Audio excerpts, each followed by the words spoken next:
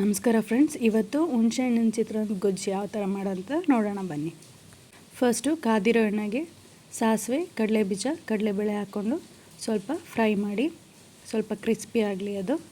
ನಂತರ ಅದಕ್ಕೆ ಜಜ್ಜಿರೋ ಬೆಳ್ಳುಳ್ಳಿ, ಖಾರಕ್ಕೆ ಎಷ್ಟು ಬೇಕಷ್ಟು ಅಷ್ಟು ಮೆಣಸಿನ್ಕಾಯಿನ ಆ್ಯಡ್ ಮಾಡ್ಕೊಳ್ಳಿ.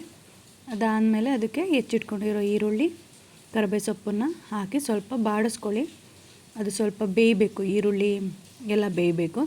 ಅದಕ್ಕೆ ಹುಣಸೆಹಣ್ಣು ರಸನ ಆ್ಯಡ್ ಮಾಡ್ತಾಯಿದ್ದೀನಿ. ಹುಣಸೆಹಣ್ಣು ರಸ ಎಷ್ಟು ಬೇಕೋ ಅಷ್ಟು ಹುಳಿಗೆ ಆ್ಯಡ್ ಮಾಡ್ಕೊಳ್ಳಿ. ನಾನಿಲ್ಲಿ ನಿಂಬೆಹಣ್ಣಿನ ಗಾತ್ರದ ಹುಣಸೆಹಣ್ಣು ತೊಗೊಂಡು ಅದನ್ನು ಬಿಸಿನೀರಲ್ಲಿ 15 ಮಿನಿಟ್ಸ್ ನೆನೆಸಿದ್ದೆ. ನೀರು ಥರ ಹುಣಸೆಹಣ್ಣು ರಸ ತೆಗಿಬೇಕು, ಗಟ್ಟಿಯಾಗಿ ಹುಣಸೆಹಣ್ಣು ರಸ ಇದಕ್ಕೆ ಆ್ಯಡ್ ಮಾಡಬೇಡಿ. ಸೊ ದಟ್ ಅದು ಕುದ್ದು ಗಟ್ಟಿ ಆದಾಗ ನಮ್ಗೆ ಒಳ್ಳೆ ಟೇಸ್ಟ್ ಬರುತ್ತೆ. ಆ್ಯಕ್ಚುಲಿ ನೋಡಿ ಕುದೀತಿದೆ. ಇದಕ್ಕೆ ಸ್ವಲ್ಪ ಅರಿಶಿನ ಪುಡಿ ಹಾಕಿದ್ದೀನಿ. ನಂತರ ಇದಕ್ಕೆ ಹುರಿದಿಟ್ಕೊಂಡಿರೋ ಜೀರಿಗೆ ಮತ್ತು ಮೆಣಸಿನ ಪೌಡರ್ನ ಹಾಕ್ತಿದ್ದೀನಿ. ಇದು ಒಳ್ಳೆ ಫ್ಲೇವರ್ ಕೊಡುತ್ತೆ ಹುಣಸೆಹಣ್ಣಿನ ಚಿತ್ರಾನ್ನಕ್ಕೆ. ಇಲ್ಲ ಅಂದರೆ ಬೇಕಿದ್ರೆ ನೀವು ಸ್ಕಿಪ್ ಮಾಡ್ಬೋದು.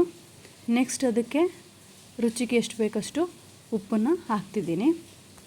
ನೋಡಿ, ಇದು ಕುದ್ದು ಗಟ್ಟಿಯಾಗಿದೆ, ಒಳ್ಳೆ ಟೇಸ್ಟ್ ಇರುತ್ತೆ. ಕನ್ಸಿಸ್ಟೆನ್ಸಿ ಸರಿ ಇದೆ. ಇವಾಗ ಇದನ್ನು ಬಿಸಿ ಅನ್ನದ ಜೊತೆ ಸರ್ವ್ ಮಾಡ್ಕೊಂಡು ತಿಂತೀರಿ.